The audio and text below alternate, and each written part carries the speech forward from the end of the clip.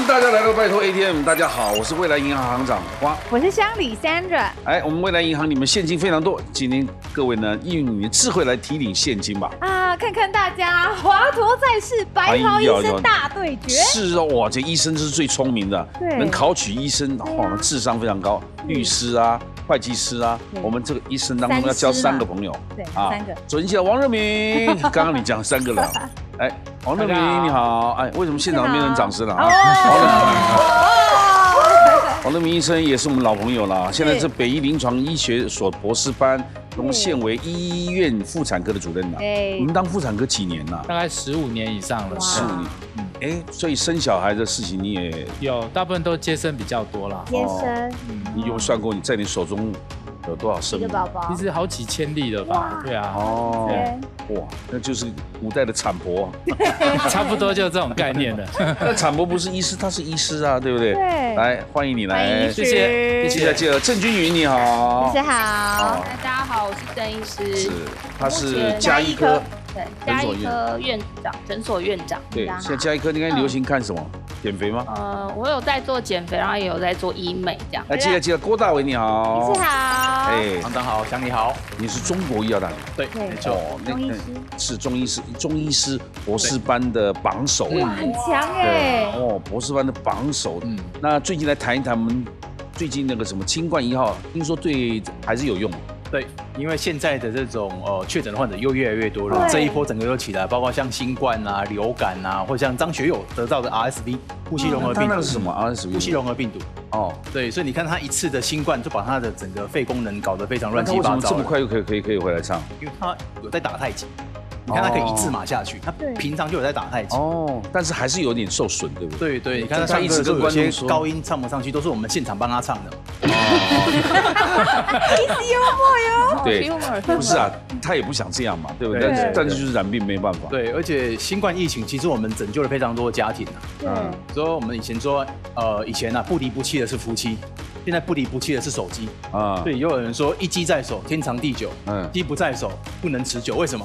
哎，看你夫妻在旁边，其实讲没几句就吵架了。所以我们就因为这样的一个疫情其实帮助非常多的家庭和和热热，也创造非常多的生育率。是，对，帮助很多家庭合法的离婚。他讲的很顺，感觉我在家里练过，还押韵呢。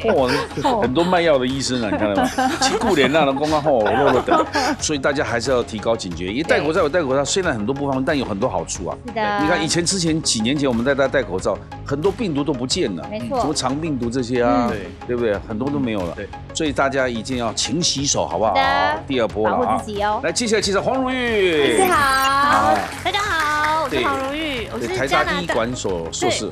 我其实是这个是我最后念的，我其实一开始念数学系，我是多伦多大学数学系毕业的，对，然后来我念完数学之后，我就去念了脊骨神经医学，英文叫 chiropractic，对，然后念完脊骨神经医学之后，我才回来台湾念台大医管。来，接下来介绍刘礼维，你好。医师好。大家好，我是中医师刘礼维。我念错有点变琉璃台啊。小时候小名是这个。针灸，针灸有名对吧？针灸做蛮多的，尤其是现在最流行的美容针灸了。我有看到那个广告。我去中医室看他图片会跑嘛，对，那女生都扎满了一整排这样子，然后脸会变这样。对。但是这个跟我们的身形也有关系，像刚刚提到的乌龟颈，它也会让我们比较容易有双下巴的问题。所以我们可以透过针灸，就是不只是脸会变紧实漂亮，你的身形体态跟脸的那个颅骨的结构也会有些调整。啊，来，谢谢。欢迎吴威。接下来介绍超人气新闻主播朱思翰主播，你好。主播好。大家好。接下来介绍营养保健专家钱静荣营养师，你好。大家好。我们今天的比赛呢，有一点不同，我们是马上先进行第1回合存款争夺赛。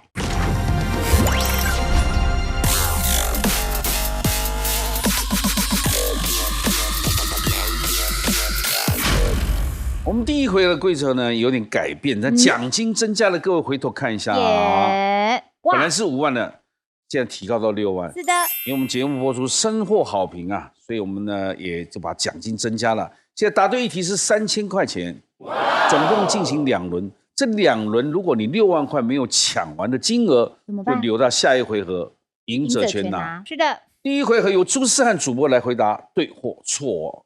Sandra， 请出题。全民疯运动。根据雅虎的数据调查，2023年最热搜的瘦身运动当中，消耗卡路里最多的10大运动是哪些呢？请抢答。大为，跑步，跑步对或错？跑步当然是有在里头喽。对，来。可是很累，跑步真的就是循序渐进啊。跑步它其实是一开始它要配速，可能就是说以一个时速大概6到8公里这样的速度，其实如果再简单点算，大概就10分钟1公里，真的最慢就是不要停下来，一直持续。然后呢，心肺好了，你这个肌力比较好了，再增加速度这样。如玉，好，那跑步另外最近很夯的有一个叫做超慢跑。对，它的概念跟跑步有点不太一样，因为这个速度要很慢，然后再加上它是维持一个心跳数的概念，心跳数要50%到60%，它就是很集中的，希望在这个阶段呢，能够让我们有燃脂的效果。脚跟脚尖不能离地。对，脚跟离地，然后身体要稍微往上，对不对？你这10几分钟然后头要抬起来，头要抬起来，这个肩膀要这样。对。你会乌龟肩哦？不是要这样吗？有。但是这个跑10几分钟就喘了，流汗了，对不对？原地。来，对或错？没有错，它排在这个排行榜的第10名哦。就是说，我们现在讲的大概都是用70公斤的来计算的话啦，做30分钟，大概可以消耗250左右大卡。对，然后大概就是超慢跑嘛，大概1分钟120到180步，大概就可以达到刚才医师所说的这个喘的程度了。以为。爬楼梯，最好你是买那个没有电梯的公寓。上楼梯对，不要下楼梯。下楼梯膝盖比较伤。好像膝盖比较有问题的，比较不适合下楼梯。而且你也很难下，要侧下。要扶好。太俏皮了吧 ，disco 啊！你有没有听过人家膝盖这样侧下楼梯的？有很多。所以是侧下楼梯比较好。开玩笑，是侧下楼梯啊！我以为你在跳舞。而且你哪只脚不好，你有些左脚先出，还右脚先出。对。你问那个爬山也是，对不对？你讲你坐车，你可能倒卡行落来哦，这样可能因为你要看你身体状况啊。对。爬楼梯对或错？没有错，爬楼梯排在第4名，大概30分钟可以消耗将近300卡，大概就1碗白饭的热量啦。但是刚刚讲一个重点哦，下楼梯不行，是上楼梯，因为下楼梯的话，第一个对膝盖不好，第二个是热量的消耗大概只有1/3左右而已。热米，踩飞轮。对，因为现在大家都是怕第一个下雨天，天气不好。在运动的这样继续踩飞轮，然后可以消耗很大的热量。没有错，飞轮在第6名，30分钟大家可以消耗290大卡，而且呢，它其实这好处就是不用出去啦，而且这个你也不用担心出去外面交通状况不好啊，然后你想要控制这种上下重量都可以调，而且最重要的是因为你可以想快就慢，想快就快，想慢就慢，所以你可以做间歇，间歇其实也是消耗热量很有效的一个方法。有一个最传统的运动应该是自由式，就是游泳。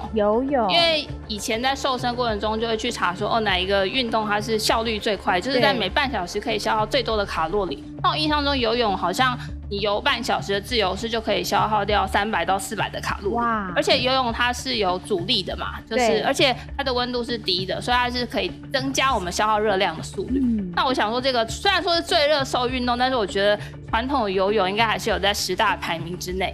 第3名游泳当然是排在里头，它不会游也没关系。刚才提到水里有阻力嘛，你在水里面快走，其实效果也不会太差哦。来加3000，大伟，网球没有在这个里面，没在前10，太激。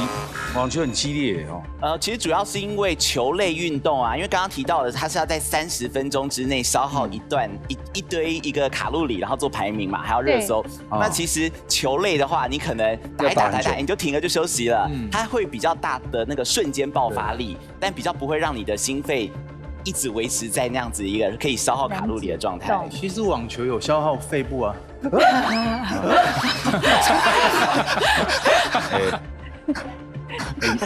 你们发医生的时候要注意他精神状态。来，如玉。跳绳呢，因为就是小朋友要跳高，就是要长高的时候会跳绳。对，那我们要消耗卡路里，在家里面，感觉也就是很方便的一个运动。跳绳是第1名哦，跳半小时可以消耗大概440多大卡的热量，而且其实这个跳绳哦，它也是一样用间歇的方式，你就跳1分钟休1分钟，然后1分钟大概跳个60到80下，就会很喘，很有用了。以为跳舞应该也蛮累的。跳舞啊，因为我记得健身房那些阿姨出来之后，每个都满身大汗。你讲的是潘若迪那种吗？哦，有氧舞蹈，但是有很激烈的那种。潘若迪老师那个。对，来对我说，跳舞没有在这排行榜里头，跳舞大概150到200大卡左右而已。150到200大卡。羽毛球，打羽毛球。羽毛球。羽毛球也没有在排行榜里头，而且它更讲求那个瞬发力，所以它其实持续下来的那个热量消耗大概170、180而已，再更少一点点。就是做开合跳，对。然后你说塔巴塔那种？对，塔巴塔就是譬如说 HHIT， 就是高低间歇有氧运动，那它就会有大量的开合跳，或是波比跳这种，或是棒式平板这一种。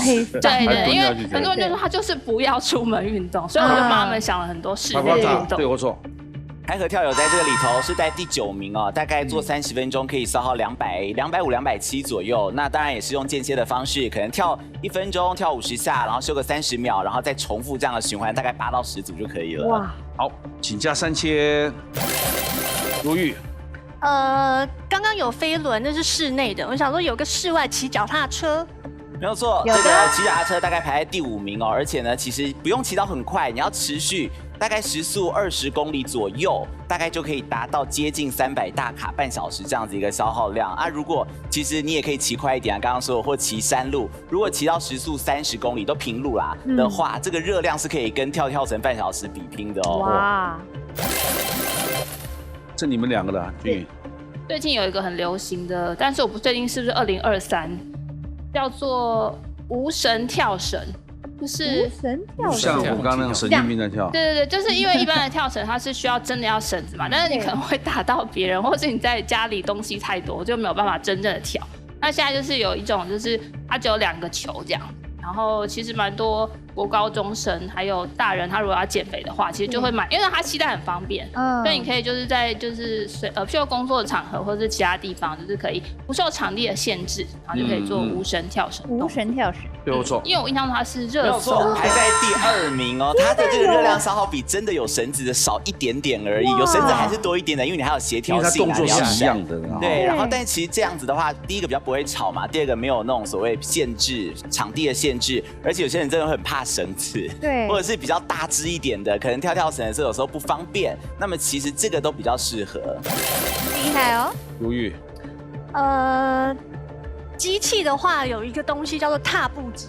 踏步机，对，就是踏步，原地踏步的踏步机。想说，那这样的话，也许因为之前我买一台给我爸，就是在家里面可以运动，就是对于长辈啊，或者是一些像上班族啊，他看电视的时候就在上面踏，其实就很方便。踏步机有没有？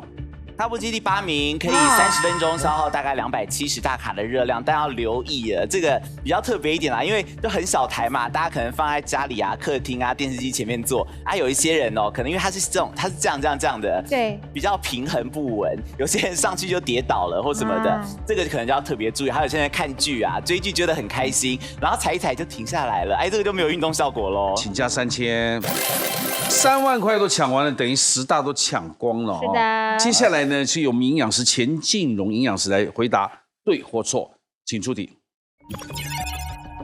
这个不能吃，那个也不能吃，很多民众的苦于食物过敏啊。根据食药署的公告，请问10大过敏源的食物有哪些呢？请抢答。李维，甲壳类的海鲜。甲壳类海鲜对或错？而且甲壳类的海鲜，它是国人过敏源的第1名哦。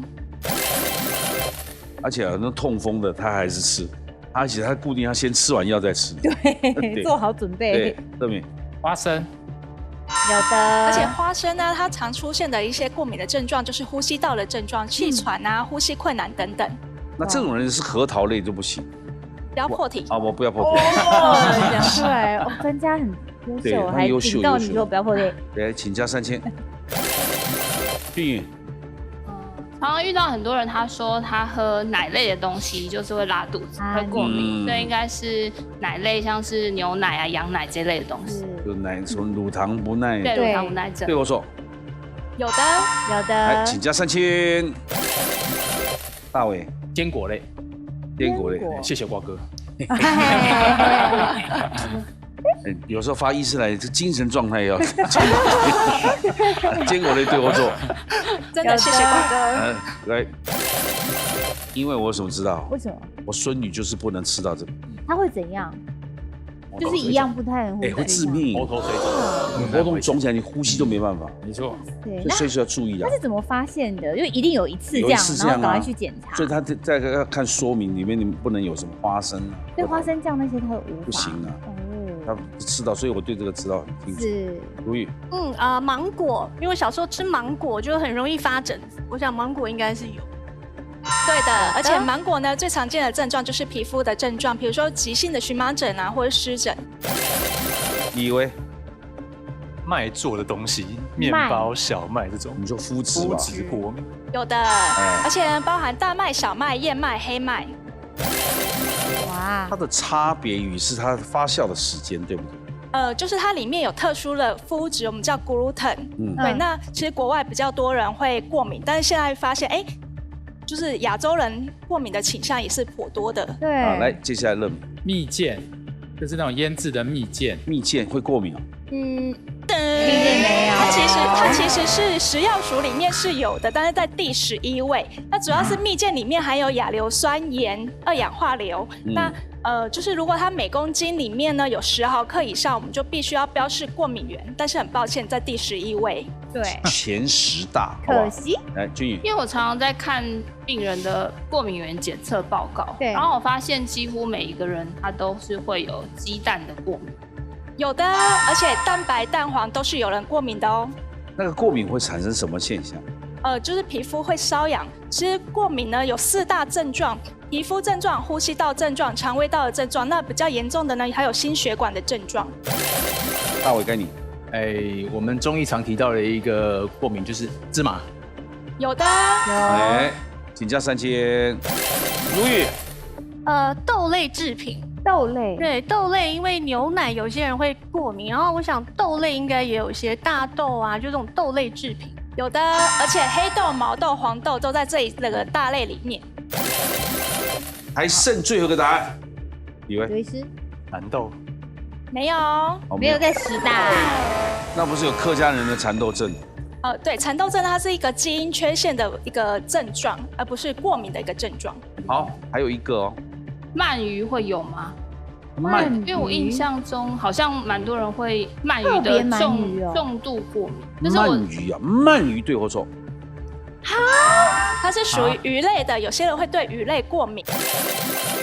你们都抢完了，恭喜你们6万块全数抢完了啊！是的，来，我们请营养师好好再补充一下。食物过敏呢，可轻可重，那有几个3大注意事项呢？第一，如果你对于特定的食物已经知道过敏了，那就建议避免食用。那第二呢，购买食品之前呢，会建议呢详细的阅读食品标示，那我们可以发现过敏源，我们就可以去避免掉。第三呢，如果不小心误食，那产生了过敏反应，建议呢就立即就医，进一步的药物治疗。谢谢这2位专家。是的，我们来宣布一下他们的奖金。好，王医师6000，郑医师18000，郭医师9000，黄医师18000，刘医师9000。来，接下来进行下一回合，赢者全拿。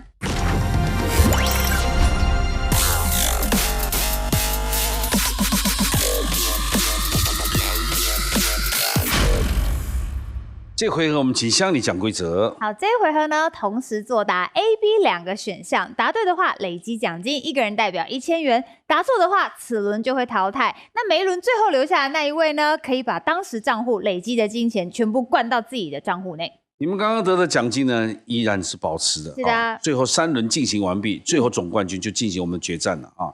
来，马上进行第1轮，请出题。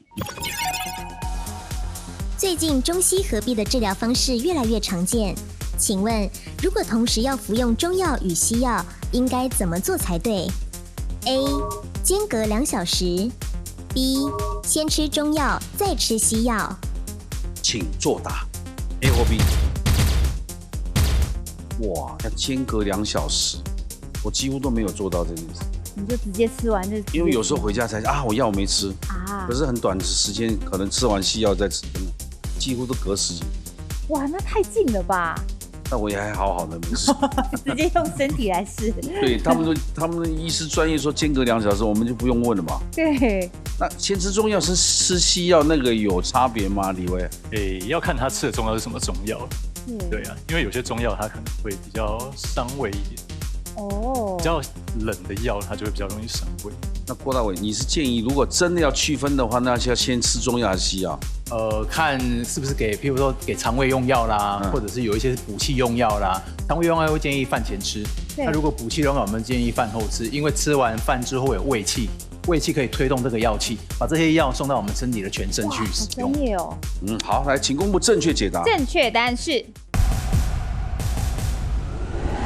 A 间隔2小时，根据食药署的说明生病的时候一定要清楚的告知医师你目前在吃什么中药、西药，甚至是保健食品这样医师才可以好好的评估你的用药。而且呢，最好向医师询问一下服药的顺序。如果真的需要中西药需要服用的话，2个必须要间隔2小时以上，因为药物可能会有交互作用，影响健康。好难哦。但是我有一题耶，那保健食品那种维他命之类的，它会归在这里面还是没差？其实有一种说法说叶黄素你可以跟中药一起吃，它本身其实就是草本类的用药，你可以跟中药一起服用。叶黄素是可以，对，是可以的。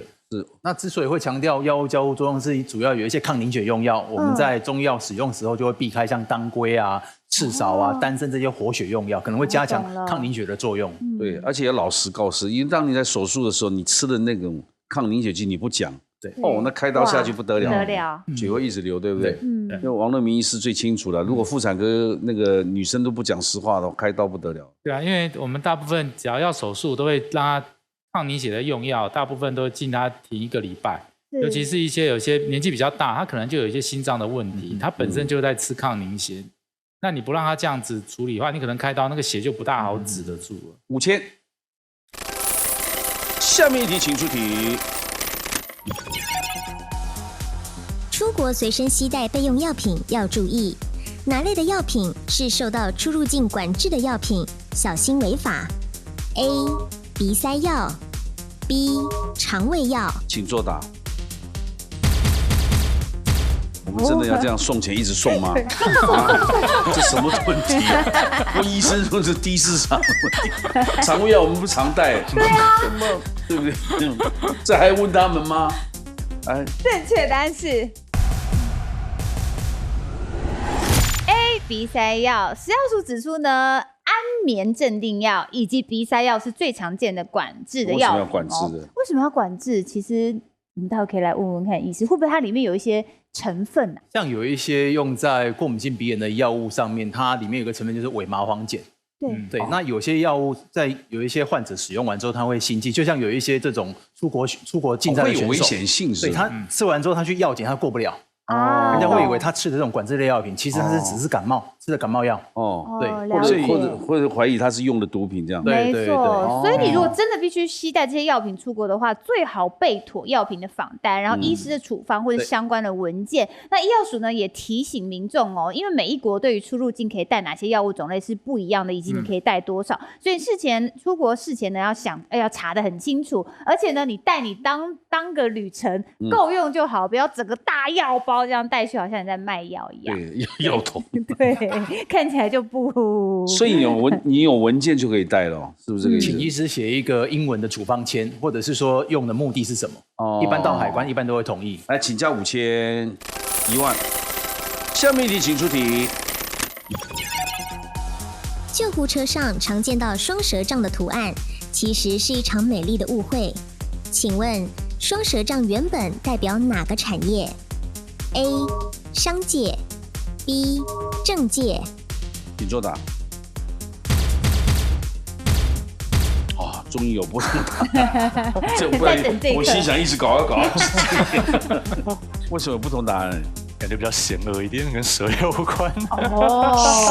双蛇界，双蛇杖你看过吗？没有是长怎样的？帽子这样。好像电影有看过。对，对，电影有看过，一般是那个魔鬼党在用哦。这样说好像有道理耶。所以你就商界哦，这么来俊宇。双舌杖我记得是医师在发誓，就是得到医师执照的那一刻，就是在加袍典礼的时候，就是荧幕上会秀一个双舌杖，好像就是代表说你通过这个认证这样。但后来我有在一些就是商界的朋友上，他们也有使用，所以我想说这个会不会是有重叠的符号？可是你们4个都选，对不对？对。那如玉呢？因为我想说，我本来是想说救护车，有时候人家捐赠好像商人比较会捐，对我想说会跟捐赠有关系。对了，政界还靠人家捐呢。没错。谢谢政治现金。商界有钱会捐助，好，请公布正确解答。正确答案是 A 商界。那双舌杖呢，源自于希腊神话中商人的守护神荷米斯这个神哦，所以呢，过去双舌杖是商业贸易的象征，而单舌杖则是希腊神话中的医神 Asclepius 它的象征。因此呢，医疗相关的单位呢，像卫福部啦，通常都是以单舌杖作为标志。那为什么说这个救护车上面有双舌杖是美丽的误会呢？是因为它这个 logo 呢是美国医疗单位开始误用。所以我们很多台湾的救护车也开始沿用误用了这个标签不然是单舌杖才是跟医界有关的就变成像 Google 写错就变 Google 就误打误撞嘛啊！来，请休息一下，李伟，来加4000，14000。下面一题，请出题。日本许多地方的街灯从原本的黄色换成了蓝色，请问这样做的原因是什么 ？A. 交通意外减少 ，B. 犯罪率降低。请作答。黄色换成蓝色，我选的是 A。对，我知道你减少这个交通意外，主要是蓝色给人家一个比较 peace 的一个感觉，所以我会选蓝色。那如果 peace 会不会犯罪率本来犯罪蓝色不要犯罪了。红色来一下，来一下。来，请公布正确解答。正确答案是 B 犯罪率降低。其实呢，蓝色路灯的缘起呢是2000年的时候，苏格兰 Glasgow 这个地方呢，为了塑造他们的那个城市的形象，那把路灯整个更换成蓝色，就会发现这个城市的犯罪率居然下降了。所以2005年呢，日本就在奈良这边开始首先尝试这个蓝色路灯，连犯罪率也下降了，甚至连自杀率也减少了。所以蓝色路灯呢，开始在日本各个地铁站啦、车站运用，那发生自杀事件的几率大幅下降。奇怪，为什么蓝色就不想自杀？可能真的比较 peace， 会不会？所以我们也涂蓝色，对不对？哪边？你有一些想法是吗？没有什么蓝色这里。疫情回来，好快啊！做一件对，答错了。这个14000继续累进到下一题，没错。因为我们这个单元就叫赢者全拿嘛。好，第2轮赢的还是会灌进去的。第2轮请出题。舌苔可以看出身体状况，请问黄色的舌苔说明身体出了什么问题 ？A. 湿气重 ，B. 火气大。请作答。这当然要以中医为准，对不对？西医选的大概都错了吧？也不一定吧。他这个是中医啊，如果答错怎么办？颜面何存？搞不好是中医答错啊。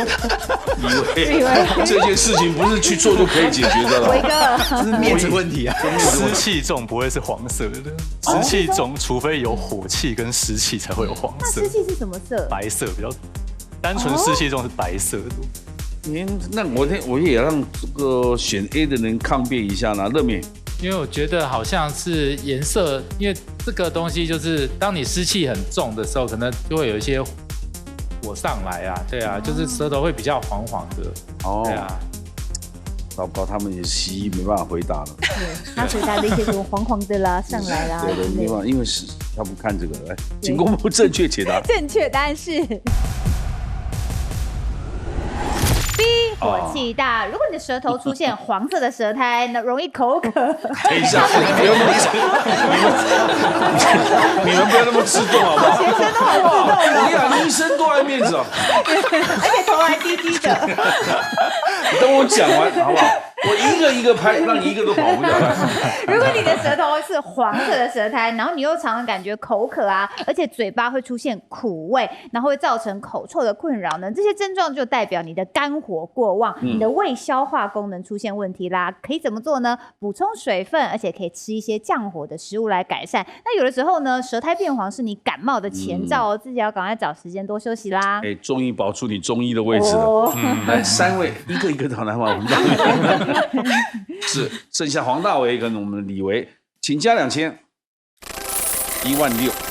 下面一题，请出题。到底要洗还是不要洗？请问真空包装的菇类，烹煮前要如何处理比较恰当 ？A. 不用清洗 ；B. 过水即可。请作答。好，2个都选择过水即可。如果2个答对，当然就好；如果2个答错，奖金又垒到第3轮。真的赢着全拿你不用，为什么猜的吗，大伟？其实真空包装的菇类基本上它已经够新鲜了，所以会建议就过水就好了。那如果不用清洗呢？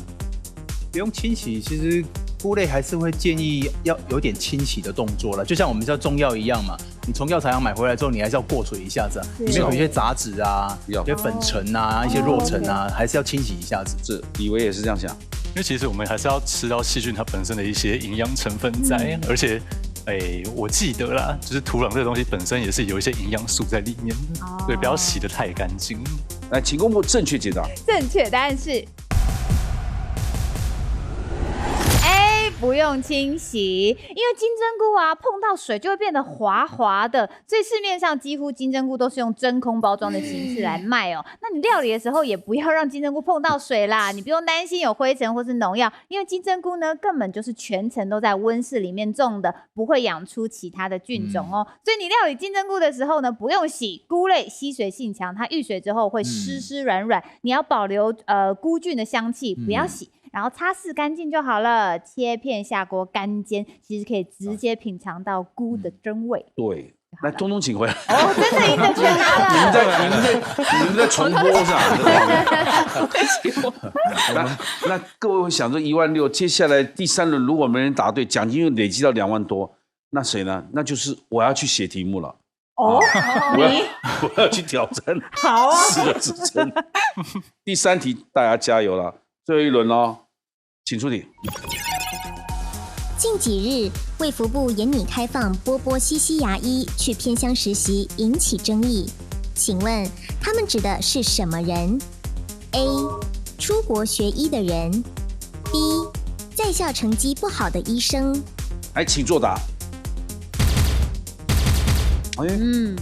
你真的有听过？大家都有听过啊？去偏乡实习，那这样有什么好争议的呢？因为这个是当初就是有一些他到欧洲像波兰啊去念医学系，可是因为我们国内自己的医学系是被限额的，所以这些都是固定的。例如台湾2300万人，大概1年医学系培养大概1200万人左右，1200个人哦。对，就是固定的，就是配它是几比几，1比几百，这都是被限额的。那这些人是等于从外面回来的，就跳脱了这个原额里面。他们可以行医吗？要照我们的考试的方式，只要过关就是可以，经考试院经过拿到执照就可以了。可是他这些人就会变成比较多。那可是因为台湾的医生有的他不愿意到乡下去，那边就没有人。那怎么办呢？就是会鼓励他们过去。我了解。然后他可能去偏乡，可能2-3年完之后，他就会放弃偏乡，又回到大都市，又去挤压到原本大都市。那这样他算合法吗？其实还是合法。对，他还是有台湾这种医师的执照嘛，所以现在在讨论这件事情，对不对？要限额啊，就叫波波设定什么样一个条件？对，而且特别是牙医。波波就是波兰啊，西班牙，很多人跑去西班牙学牙医啊。那波还有一个波是什么？大波小波，都大波小。一个波兰还有一个波。那请公布正确解答。正确答案是。出国学医的人，波波西西牙医就是指前往波兰、西班牙、捷克跟匈牙利这几个国家就读牙医的台湾学生哦。尤其台湾的牙医系本身竞争就已经很激烈啦，那所以呢，这些学生呢，他们得到家中的支持，选择出国到这些地方留学，获取学历。那这些归国的牙医师呢，挤压到本土牙医师的就业空间啦，引起反弹的声浪。而且他们去国外念是比较好念吗？应该会比较好念，比较好进去吧，对不对？对，比较好进去，就是资格上门槛没有那么不会像台湾那么高了。因为我教几个这样的学生，他们在国外的时候，他们还是有一些要克服的地方，比方说水土的问题啊，还有语言的问题啊，离乡背景啊。对，所以就有很多人会去检视说，那你可能语言都不太顺畅，你要用这个语言去学这个医，那你这样进来的话，你的程度是不是不能跟台湾的医生相比？就有很多延伸出来的后续的问题。我是有听我朋友说了，你去波兰念完医科之后，他欢迎你来念，但是你不能在当地执业。没错，你要回你的国家，你就可以回去美国赚你学习的学费而已。对，好，来加5000。21000。下面一题，请出题。洗完衣服皱皱太困扰，请问在烘衣服的时候放入什么可以避免衣服产生皱褶 ？A. 厨房纸巾 B. 冰块。请作答。有2位选择不同的厨房纸。李维。它应该是有一点抚平那个纹路的效果。刘医师一定没有在自己洗衣服、烘衣服啊。他有的用冰块洗啊，冰块啊，如玉啊，你选择是冰块。对，因为我那时候有烘衣机的时候，对，它就是这样一直旋转嘛，然后它的温度其实很高。那我们在烘完的时候，它那个皱褶的产生，其实是它。就是烘完之后没有拿出来，那个皱褶比较多，所以我在想说，那个温度如果让它低温一点点，然后烘干，会不会比较不皱？来，请公布正确解答。正确答案是B 冰块。大家有没有看过有一些是挂着烫衣服，然后它就是用一些蒸汽挂烫这个概念？那你就想冰块放在烘衣机里面，它有热度嘛，那它可以变成蒸汽，那就可以让衣服的纤维重新平整。但是要小心，这只适用于化学纤维材料的衣服。如果你其他的衣服啊，不是每个都能烘的，有时候温度过高啊，衣服的纤维结构会导致变形跟硬化。那至于厨房纸巾的话，烘进去感觉会碎成一堆，就像洗衣机你会很讨厌的那种感觉。那感觉好像你口袋没有没错，拿出来洗出来发票什么的，怎么粘在一起的？对，才说医生没有在一起。这一题出给西医的，我们走。他们中西医真的来请到旁边。中西医就不是西医走就中医走，很奇怪。加3000，24000哦，奖金很高了，加油！奖落谁家还不知道，请出题。日本料理中常见的牛蒡被推崇为养生圣品，请问常吃牛蒡有什么好处 ？A. 降血压 B. 降血脂。请作答。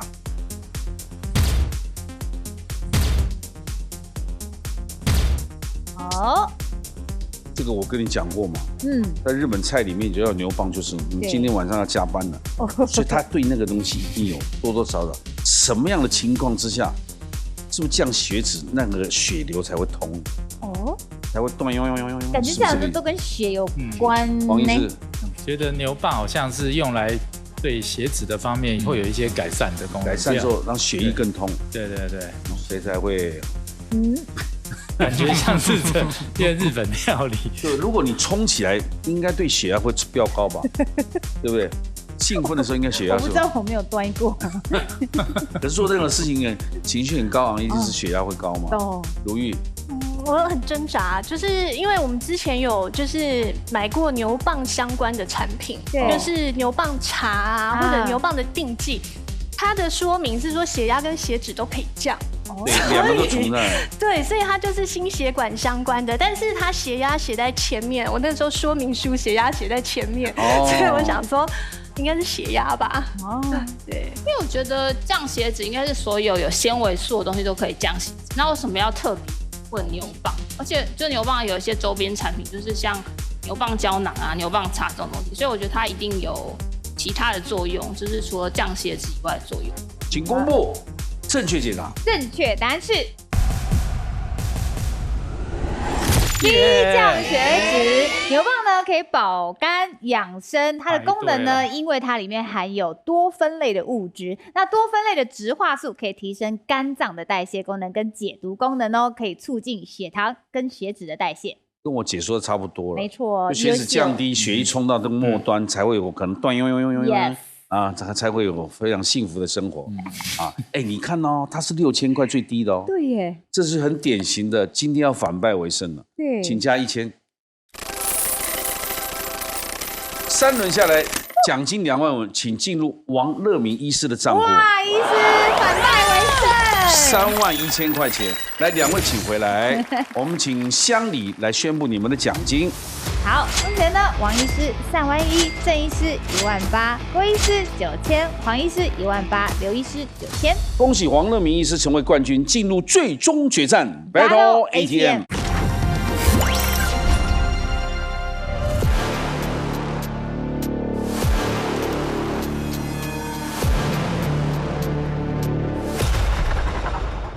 恭喜王乐明医师反败为胜，这是好的，这是个吉兆啊！是哦，来。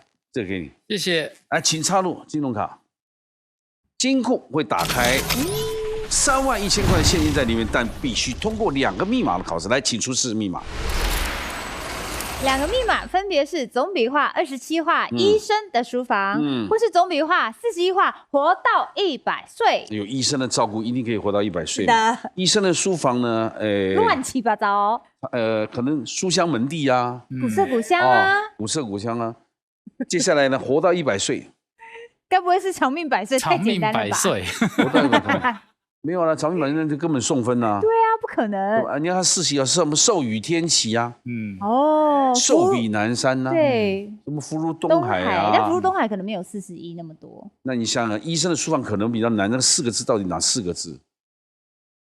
医生定格哎，摘掉了，对啊，太难形容这个比较这27号会不会简单一点？太简单了。一定有诈，一定有诈。对，那你要选活到100岁，你确定哦？确定了，锁定活到100岁。汗牛冲动，这个简单呢。汗牛冲动表示这个牛啊，拖这个书啊，一车的书，拖到满身都汗。没错。所以医生看书有多少？对。好，接下来我们就要考试了哦。来，请拿起来。活到100岁，请出题。你的题目是。颐养天年，这根本送分了嘛！来，计时60秒，计时开始。颐养天年，清楚，写字。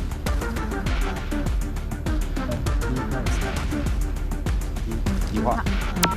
好，清楚。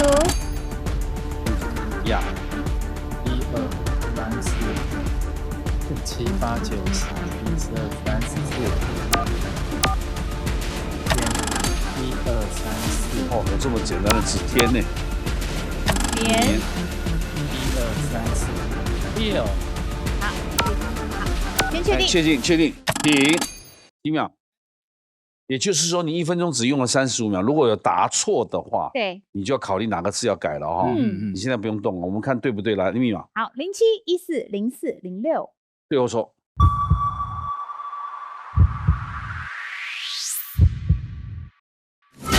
好，还有20是吧？25秒。25秒，计时开始。1、2、3、4、5、6、7、8、9、10、11、12、13、14、15。要不要先确定？确定。停，用了几秒？自己还有13秒了。如果错的话，来密码。07、15、04、06。对或错？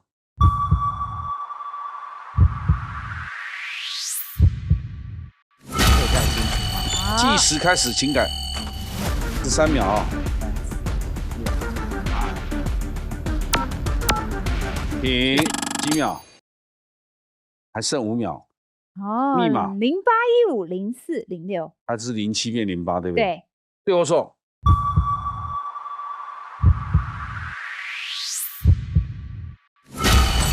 剩最后5秒，等一下你想一下，我才计时。哪个字错？我想考虑换个字吧。没错了吧？应该没错吗？对。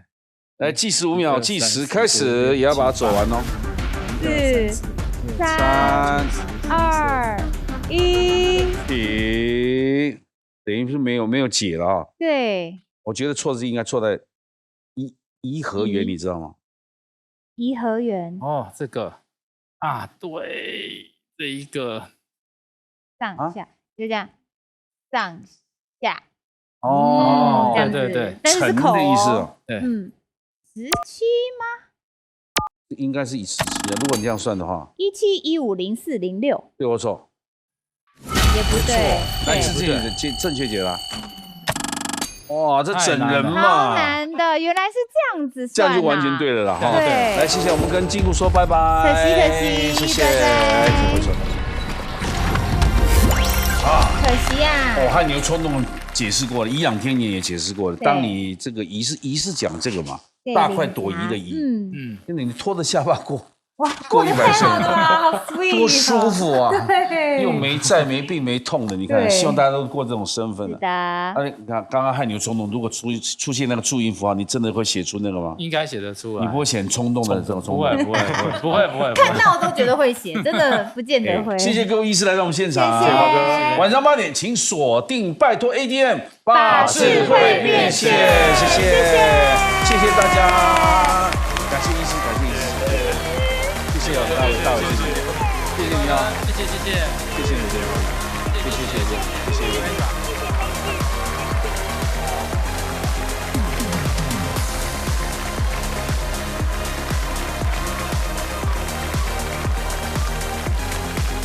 Battle ATM Who Dares to Battle？ 哦，拜托 ATM， 谁敢来 battle？ 订阅拜托 ATM 的 YouTube 频道，等你来 battle。